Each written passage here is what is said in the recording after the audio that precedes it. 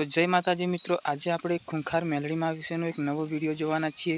તો મિત્રો વિડીયોમાં બન્યા રહેજો અને બને ત્યાં સુધી વિડીયોને પૂરો જોજો અને નવા હોય તો આપણી યુટ્યુબ આઈડીને સબસ્ક્રાઈબ પણ કરી દેજો અને લાઈક કોમેન્ટ જરૂર કરી દેજો મિત્રો। એકદમ આપી દો ને અચાનક અતાર જ કોઈ વ્યક્તિને તે ફાટી જાય તો એ આનંદ ઝેલવા માટે તો થોડું કષ્ટી જીવનમાં પડે છે। અતાર થોડું સુખ થોડું દુઃખ, થોડું સુખ થોડું દુઃખ, એમ કરતા કરતા કરતા દુઃખ પડે ત્યારે જ વ્યક્તિ માતાજી બાજુ સન્મુખ થાય છે। સુખમાં કોઈ માતાજી ભગવાન યાદ આવતા તો માતાજી એવા ગાડાય નહીં કે કાયમ માટે સુખી કરી દે। માતાને એવો ડર હોય કે મારાથી દૂર ના થઈ જાય, કાલ સુખી કરી દે હોય ને। તમે મન ચાહો છો તો હું માતા તમને ના ચાહું?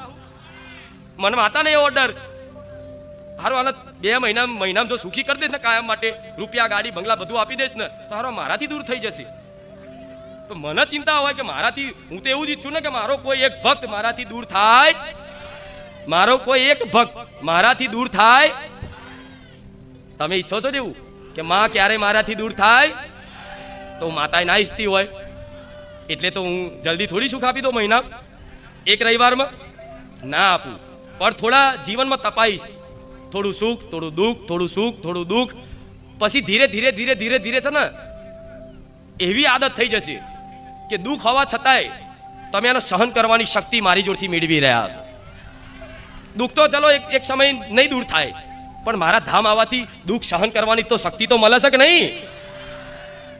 અને જેટલા થાય એટલા દૂર તો થઈ જ જાય છે, એમાં કહેવાની જરૂર પડતી। જેટલા મારાથી થાય ને એટલા તો ખાલી માનતા યાદ કરવા, મોઢેથી બોલવા કે મારી ખૂંખાર મેલડી દવાખાને જ્યો છું માં, કેન્સર કીધો છે પણ રિપોર્ટમાં કશું આવે નહીં માં, લાજ રાખજે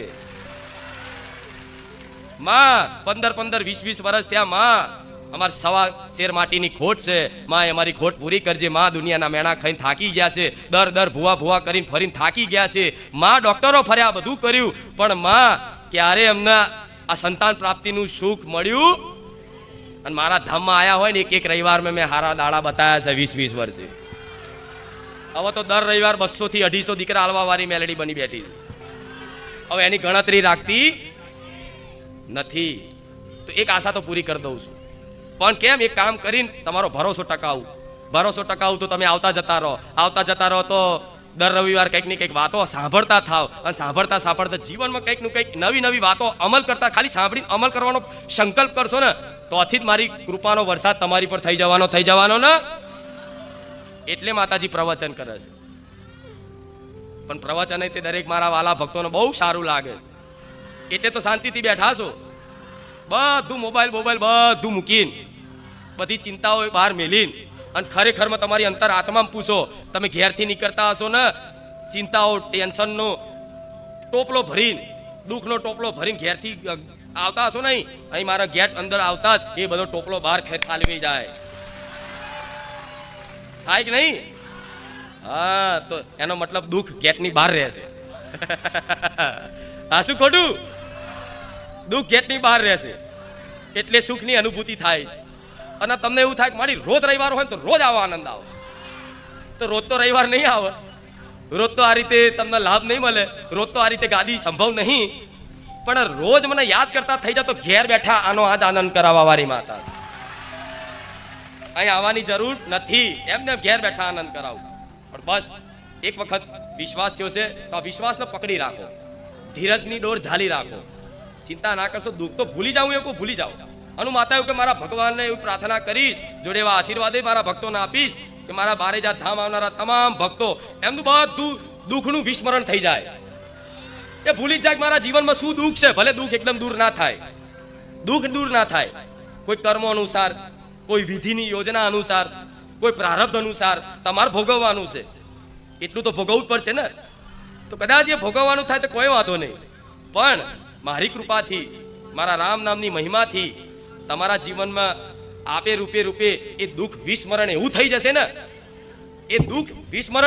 જશે ને, કે નરસિંહ મહેતાનો આખો હાથ હરગી જતો ને એમને ખબર નથી પડી કે મારો આખો હાથ હરગશે। સાસુ ખોટું? એમને કીડી જેવું લાગ્યું, એ કૃપા છે, એ મહિમા છે। આટલો કાંટો વાગે ને કાંટો તો એનો દર્દ ના થવા દો, ભલે કાંટો વાગે, એનું નામ માં કહેવાય। એટલે જીવનમાં આવા દુઃખરૂપી કાંટા તમારા માર્ગ ઉપર, કાંટા નહીં આખા ભાવરિયા રોપેલા છે. આખા કાંટા નહીં, કાંટાની વાળ નહીં, મોટા મોટા બાવરિયા રોપેલા તમારા આ જીવનના માર્ગમાં. દુઃખરૂપી કાંટા, દુઃખરૂપી બાવરિયા. હવે મારે બાવરિયા કાઢીને એ બાવરિયા કાઢી ખેતર બેતર ખેડીને મારે આ ગોટલી બોટલી રોપી આલવી પડશે કે જેથી કેરી આવે, આબો થાય. આવા બાવરિયા કાઢવા માટે રોજ આવવું પડશે ને.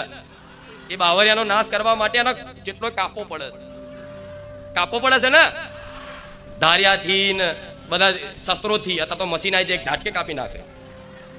તે ધારિયાને તે મતલબ એ બાવરિયાને તે પીડા વેઠવી પડે છે. પણ એ બાવરિયા તો અમથા કોઈ ફળ નહીં આવતા, અમથા નડે છતાંય કપાઈ જાય છે. પણ તમે તો કોઈ નડે એવા નહીં, હવે ચિંતા ના કરશો. રામ. એટલે આ બીજ રોપ્યું છે, બીજ રોપ્યું છે, ગોટલી રોપિયાલી છે, તો એમાં થોડું ખાતર નાખવું પડે, એની સંભાળ રાખવી પડે, રોજ જોવું પડે ખારું છોડ ઉગ્યો કે નહીં, પાણી સારું એને પહોંચશે કે નહીં, ગાય ના ખાઈ જાય, બકરી ના ખાઈ જાય, એના માટે વાડ બનાવવી પડે. રોજ એના દાડામાં 10 વખતે જોવા જવું. તાર આંબો પાકે છે એમને પાકી જાય, એમને કેરીઓ આવી જાય. અત્યારે તમારે રોજ એને તકેદારી રાખવી, એની રોજ સંભાળ રાખવી, રોજ એની વાડ બનાવી. ગાય બકરી કોઈ જાનવર એને ખાઈ ના જાય એનું ધ્યાન રાખવું.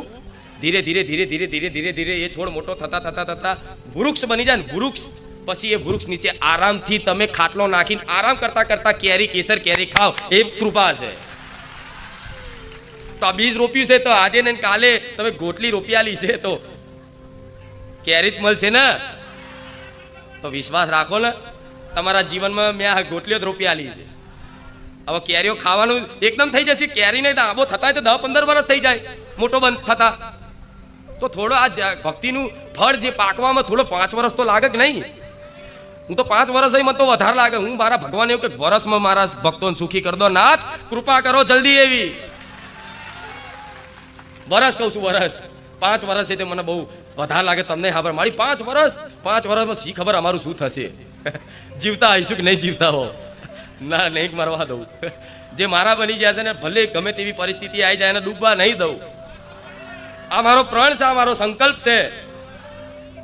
ગમે તારે તમે યાદ કરવાનું ભૂલી જશો ને, એક સમય યાદ કરવાનું ભૂલી જશો ને, તો તમારા યાદ કર્યા વગર હું ખુખાર મેલડી પહોંચી જઈશ.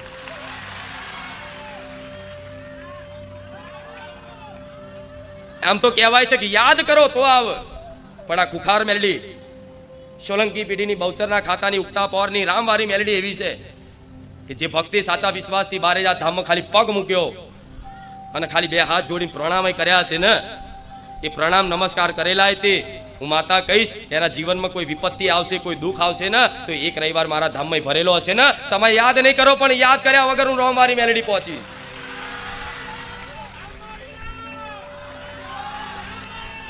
એનું નામ માં કહેવાય. શું કહેવાય? તમે યાદ કરો અને પછી હું આવું તો હું સ્વાર્થી થઈ. તમે મને યાદ કરો અને પછી હું આવું તો હું સ્વાર્થી જ કહેવાનું કે તું યાદ નહીં કરતો એટલે હું નહીં આવતી. તો માં થોડી એવી સ્વાર્થી હોય, પોતાની સંતાન પ્રત્યે એવો થોડી સ્વાર્થ રાખતી હોય કે દીકરા તું મને યાદ કર. ના, એવું ક્યારેય આશા ના રાખે. એ દીકરો માને યાદ નહીં કરે, માને નહીં યાદ કરે, નહીં સંભાળે, માની સેવા નહીં કરે, છતાંય માની દ્રષ્ટિ કોની પર હશે? એના દીકરા પર. એ પણ એના 4 દીકરા હશે ને, પણ એમાંથી એક વાલો દીકરો હશે ને, એની પર સૌથી વિશેષ નજર હશે. તો તમે કુટુંબના ધારો કે તમારું 4 ઘરનું, 5 ઘરનું, 7 ઘરનું, 10 ઘરનું, 11 ઘરનું કુટુંબ હોય કે પરિવાર હોય, પરિવારના 10 સભ્યો હોય, 5 સભ્યો હોય, પણ 5 સભ્યોમાં તે માં બધાને હરખું જ રાખતી હોય, પણ એક તો માનો વાલો હોય ને હોય. એ બધા વાલા ભેગા થયા છે બારેજા ધામમાં.